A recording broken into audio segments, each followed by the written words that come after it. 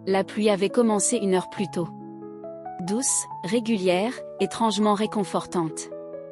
Clara était recroquevillée dans le fauteuil près de la fenêtre, un châle tricoté posé sur ses épaules, une tasse tiède de tisane à la camomille reposant entre ses mains. La maison était silencieuse, comme elle l'était toujours ces derniers temps. Depuis la mort de Daniel, 3 ans auparavant, le silence était devenu un compagnon familier. Le coup soudain à la porte la fit sursauter. Elle n'attendait personne. Les visites étaient rares, surtout les après-midi gris de jeudi. Posant sa tasse, Clara se leva et se dirigea vers la porte, son esprit déjà agité de suppositions. Un voisin, peut-être quelqu'un de l'église, ou bien une livraison adressée à la mauvaise maison, pensa-t-elle. Lorsqu'elle ouvrit la porte, elle se figea.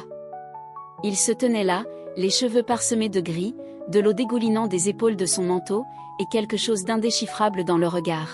« Clara » dit l'homme doucement. « C'est moi, Thomas. » Sa respiration se coupa. Elle ne l'avait pas revu depuis les funérailles de Daniel. Et même ce jour-là, il avait à peine prononcé un mot. Thomas, l'ami d'enfance de Daniel. Son frère d'armes. L'homme à qui il faisait confiance pour tout. Il avait disparu comme un fantôme après ce jour-là. « Thomas » dit-elle lentement. « Que fais-tu ici ?»« Je sais que ça fait longtemps, » répondit-il, la voix serrée. « Mais j'avais besoin de te voir. » Clara hésita, puis s'écarta pour le laisser entrer. La maison sentait légèrement la cannelle et la lavande.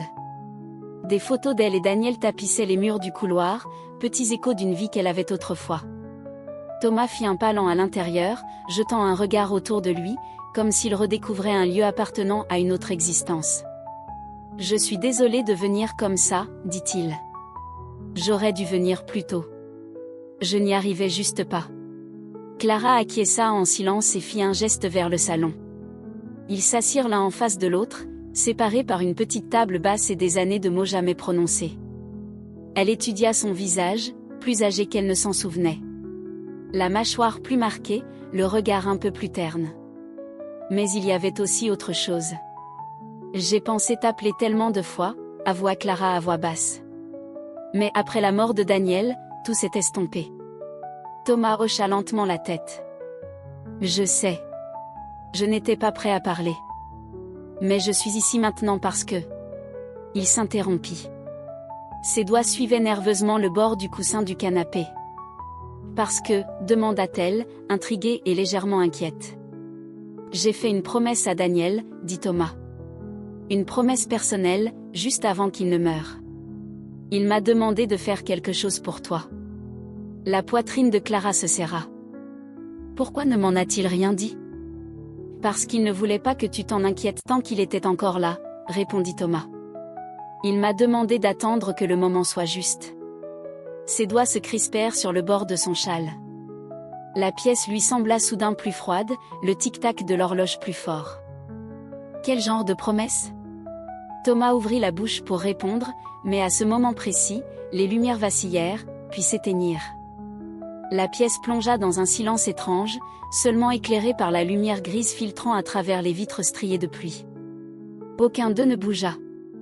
La respiration de Clara était courte. Son esprit s'emballait. Une sensation étrange lui envahit la poitrine, comme si quelque chose de longtemps enfoui allait refaire surface. Thomas resta immobile, le visage indéchiffrable dans la pénombre. Il ne parla pas. Pas encore. Clara savait une chose avec certitude, cette visite ne concernait pas seulement la loyauté envers un vieil ami. C'était plus profond. Quelque chose qui pourrait tout changer. Le salon baignait dans une douce lueur crépusculaire, alors que l'orage s'intensifiait dehors. Clara alluma une bougie dans le tiroir de la cuisine et revint, trouvant Thomas toujours assis à la même place, les mains posées sur les genoux, le regard flou. Elle posa la bougie sur la table basse entre eux, sa petite flamme vacillant doucement. Des ombres dansaient sur les murs, comme pour refléter la tension dans la pièce. « Thomas » dit-elle calmement. « Tu disais que Daniel t'avait fait promettre quelque chose. Quelque chose qui me concerne. » Il hocha lentement la tête, comme si chaque mot nécessitait un effort pour sortir d'un endroit qu'il gardait verrouillé depuis trop longtemps. « Il m'a demandé de veiller sur toi. » Clara cligna des yeux, confuse. Mais pourquoi te demander ça? J'étais sa femme. On prenait soin l'un de l'autre. Ce n'était pas juste pour passer prendre des nouvelles ou t'aider, interrompit Thomas, sans méchanceté. Il le pensait d'une manière plus profonde. Il disait que tu ne demanderais jamais de l'aide, même si tu en avais besoin. Il s'inquiétait que tu enfouisses ton chagrin et que tu portes tout toute seule. Clara détourna le regard, la gorge serrée. Daniel la connaissait trop bien. Alors pourquoi attendre 3 ans pour me dire ça, demanda-t-elle après un long silence. Pourquoi maintenant? Thomas se pencha en arrière, les épaules affaissées. Parce que je n'arrivais pas à t'affronter. Après sa mort, je me suis refermée. Je me suis blâmée pour des choses que je ne pouvais pas réparer, pour des sentiments que je n'arrivais pas à chasser. Clara le fixa brusquement, percevant la tension dans sa voix. Qu'est-ce que tu veux dire? Je l'aimais aussi, dit Thomas, les yeux soudain pleins d'émotion.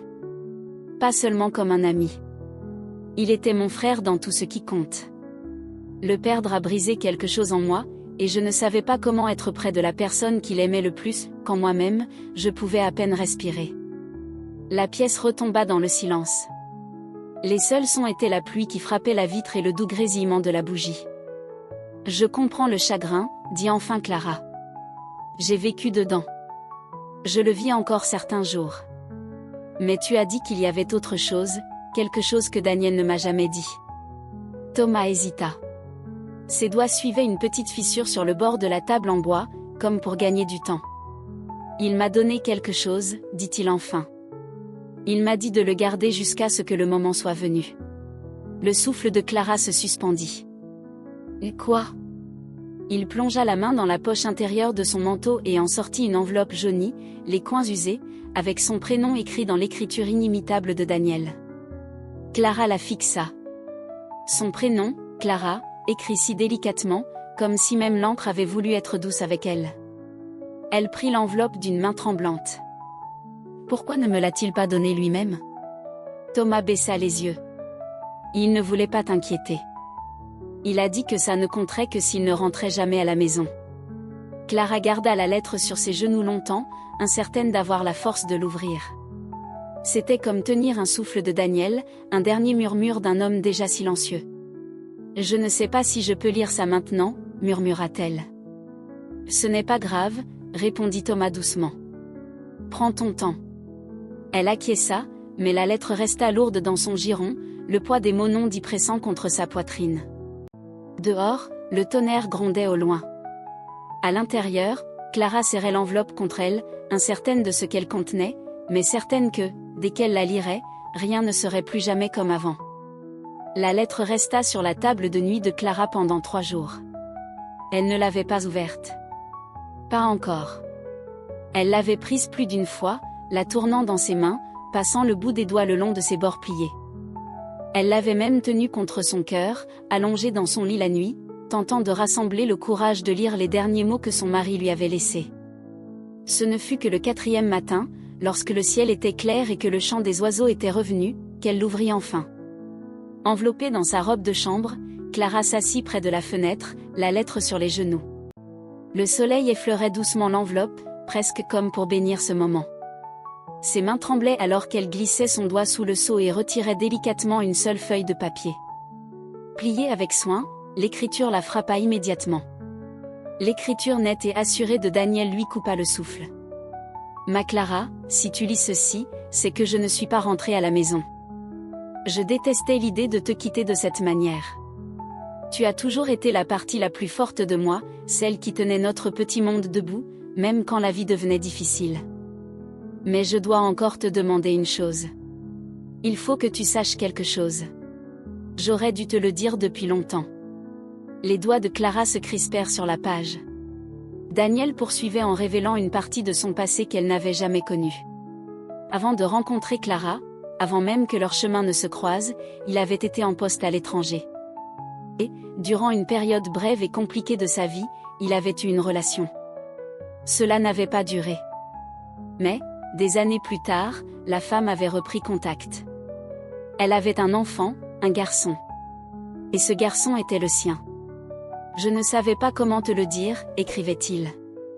Tu as toujours voulu des enfants.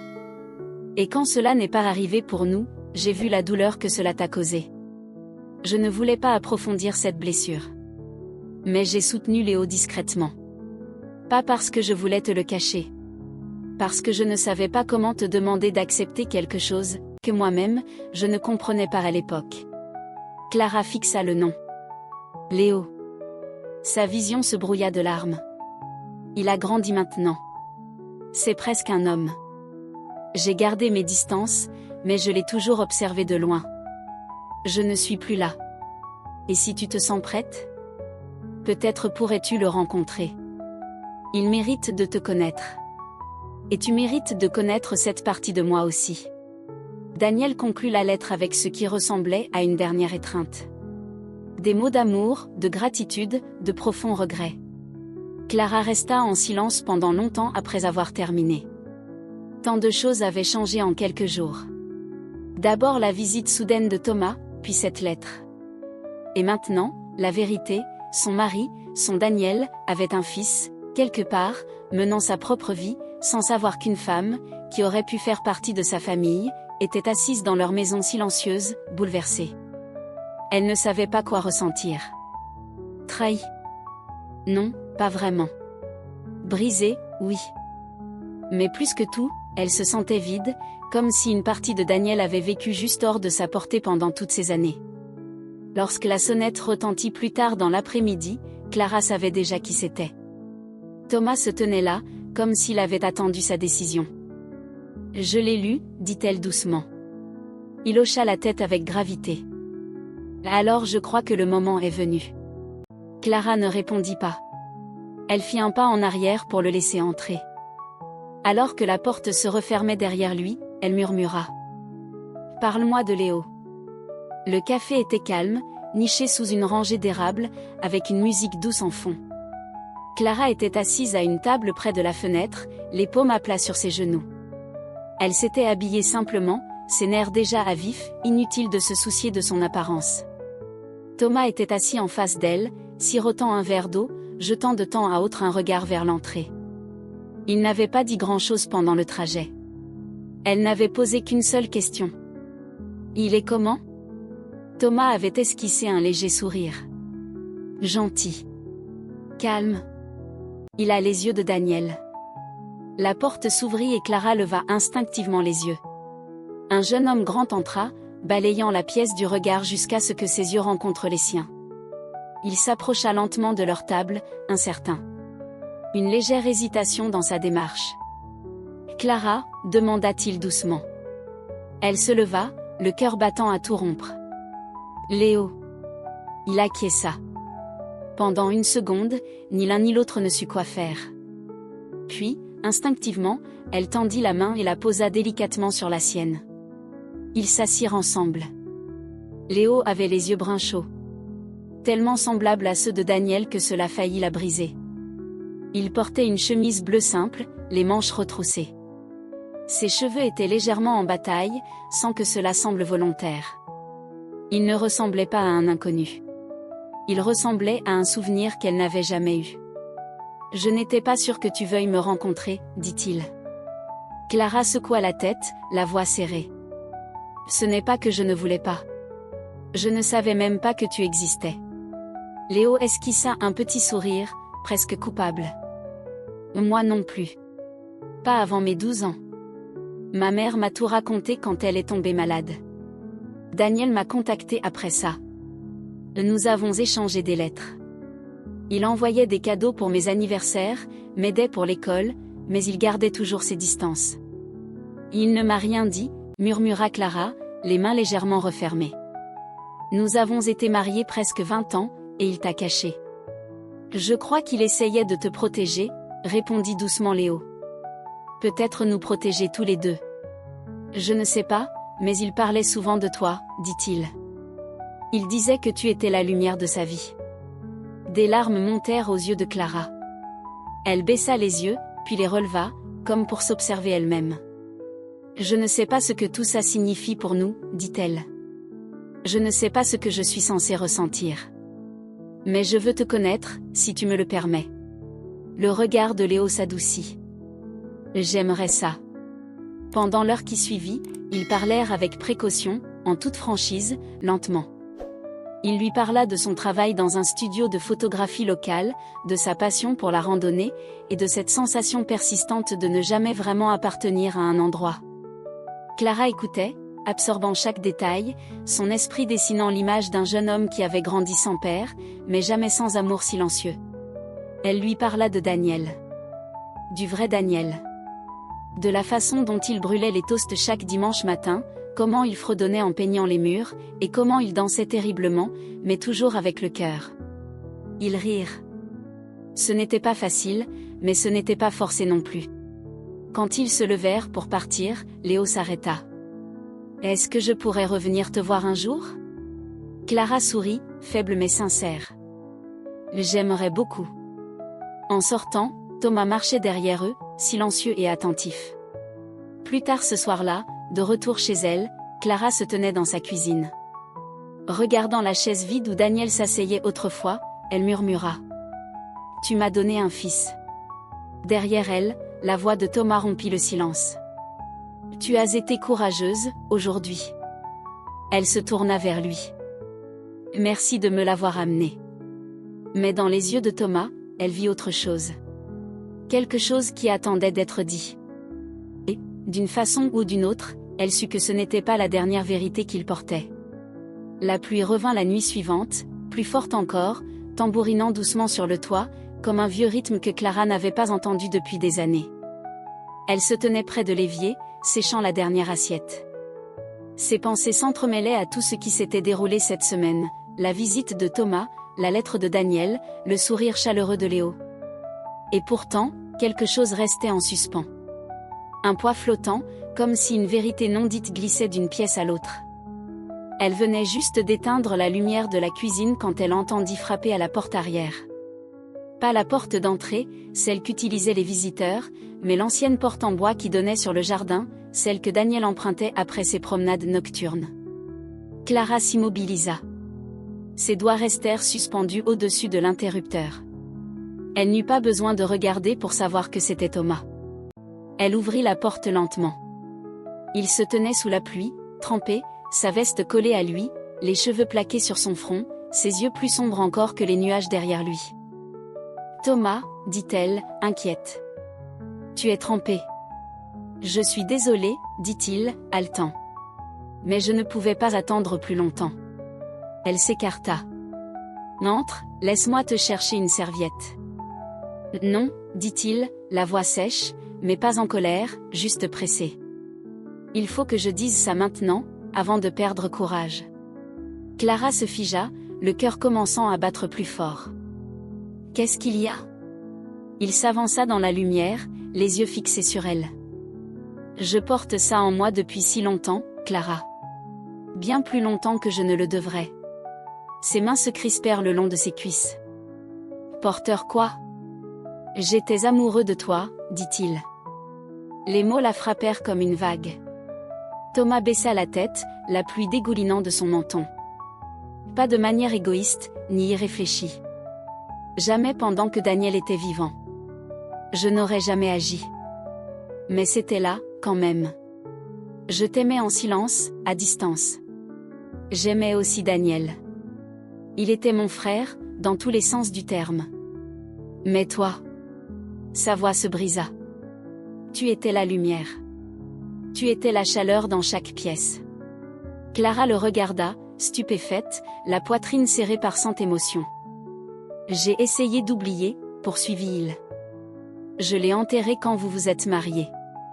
J'ai construit des murs. J'ai gardé mes distances. Mais ça n'est jamais vraiment parti. Et quand Daniel est mort, je ne suis pas venue vers toi parce que je le pleurais. Et parce que j'avais honte que, malgré tout, une partie de moi se sente encore attirée par toi. Elle déglutit avec difficulté. Pourquoi me dire ça maintenant ? Parce qu'être de nouveau près de toi, te voir tenir bon avec tant de grâce. Je ne pouvais plus faire semblant. Je ne suis pas venue ici pour obtenir quoi que ce soit. Clara, je suis venue parce que j'avais besoin, pour une fois, d'être honnête. Il se tourna comme pour partir, la pluie collée à ses vêtements. Je vais m'en aller. Il fallait juste que je le dise. Mais Clara ne bougea pas. Son cœur battait à tout rompre. Pas de peur. Pas de confusion. D'un élan de compréhension. Tu l'aimais, dit-elle doucement en avançant d'un pas vers lui. Tu m'aimais aussi. Et tu es quand même venu, en sachant que je ne te pardonnerai peut-être jamais tout ça. Thomas acquiesça en silence. Clara leva les yeux vers lui. La pluie s'était adoucie. Son regard croisa le sien. Il n'y avait ni haine, ni trahison. Juste de la douleur. Et quelque chose d'autre, un chagrin partagé que seuls deux pouvaient comprendre. « Ne pars pas », murmura-t-elle. Thomas cligna des yeux. « Quoi ?» Elle s'approcha de lui, posant une main sur son bras. « Ne pars pas. Pas ce soir. » Il resta là, respirant fort, les yeux cherchant les siens. Ils ne parlèrent plus. Ils s'assirent dans le salon silencieux, côte à côte, enveloppés dans des couvertures, écoutant la tempête dehors. Le chagrin était entre eux. Mais il y avait aussi autre chose. Une forme d'espoir fragile, vacillante. Clara se tenait près du banc de jardin, sous un vieil arbre que Daniel avait planté l'année de l'achat de la maison. Les branches ondulaient doucement dans la brise du matin, les feuilles capturant la lumière dorée. Elle se souvenait de moments assis là avec Daniel, à rire de toasts brûlés et de rêves de vieillir ensemble. Maintenant, le silence était plus doux, non plus douloureux, juste tranquille. Thomas s'avança sur la pelouse avec 2 tasses de café. Il portait un pull gris et un demi-sourire qui devenait familier. Il lui tendit une tasse et s'assit à côté d'elle, leurs épaules presque jointes. « Comment s'est passée ta promenade avec Léo, hier ?» demanda-t-il. Clara hocha lentement la tête. « Bien. On a parlé de Daniel. Du genre d'homme qu'il était. Je lui ai montré l'album photo de notre mariage. Il n'a pas dit grand-chose au début, mais, je l'ai vu dans ses yeux. Il voulait appartenir à cette histoire. » Thomas regarda vers l'horizon. « Il y appartient. » Ils restèrent un moment silencieux, sirotant leur café chaud, regardant les oiseaux voltiger dans les branches. Une paix douce s'était installée entre eux, celle qui vient après une longue tempête. « Je réfléchis beaucoup, » dit Clara enfin. « Pendant si longtemps, j'ai cru que mon histoire se terminait avec la mort de Daniel. Tout ce qui venait après, c'était juste des pages que je ne voulais pas tourner. »« Et maintenant ?» demanda Thomas doucement. Elle le regarda. « Maintenant, je n'ai plus peur de continuer à lire. » Thomas sourit, mais ne dit rien. Il n'en avait pas besoin. Sa présence suffisait. Dans les semaines qui suivirent leur aveu sous la pluie, ils prirent leur temps. Pas de grandes déclarations, pas de décisions précipitées. Thomas continuait de venir, réparant de petites choses dans la maison, partageant des dîners simples, aidant Clara à entretenir le jardin. Clara recommença à peindre, chose qu'elle n'avait pas faite depuis des années. Léo venait chaque dimanche. Parfois avec de vieilles photos que sa mère avait gardées, parfois juste pour s'asseoir en silence, posant des questions sur l'homme qu'il n'avait jamais vraiment connu. Et à travers tout cela, Clara se sentit changer. Elle riait plus souvent. Elle chantonnait en cuisinant. Elle laissait la fenêtre ouverte la nuit, accueillant le monde de nouveau. Un après-midi, en pliant le linge, elle retrouva une chemise de Daniel qu'elle avait cachée tout au fond d'un tiroir. Elle la tint un long moment. L'odeur de lui avait presque disparu, estompée comme un souvenir au bord d'un rêve. Elle ne pleura pas. Elle murmura. « Merci pour tout. Pour m'avoir aimé à l'époque, et pour m'avoir envoyé cela, maintenant. » Ce soir-là, alors que le ciel virait au bleu crépusculaire, elle et Thomas s'assirent à nouveau sous l'arbre. La brise portait l'odeur du jasmin et le doux bruissement des feuilles. « Je ne sais pas ce qui vient après, » dit-elle. « Moi non plus, » répondit Thomas. « Mais je ne veux plus y aller seule, » ajouta-t-elle. Il la regarda, calme, tendre. « Tu n'en as pas besoin. » Ils ne se précipitèrent pas dans l'amour. Ce qu'ils partageaient était plus lent, enraciné dans le deuil, nourri par la compréhension, réchauffé par le temps. Ce n'était pas le genre d'amour qui brûle vite. C'était celui qui guérit. Alors que le crépuscule tombait sur le jardin, Clara posa doucement sa tête contre son épaule. Pour la première fois depuis des années, son cœur était plein.